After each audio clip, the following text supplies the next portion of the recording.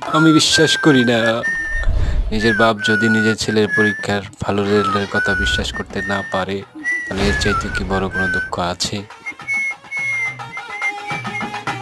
দোয়া করি এমন বাপ যেন কারো ভাগ্যে না জোটে। চল, দেরি করিস না, তাড়াতাড়ি প্যান খোল, প্যান খোল। কিন্তু বাবা, আমি তো পাস করছি। দেখ, বাপের সাথে মজা করিস নে, তাড়াতাড়ি প্যান খোল। আরে না বাবা, দেখো, তুমি নিজে দেখো আমি পাস করছি।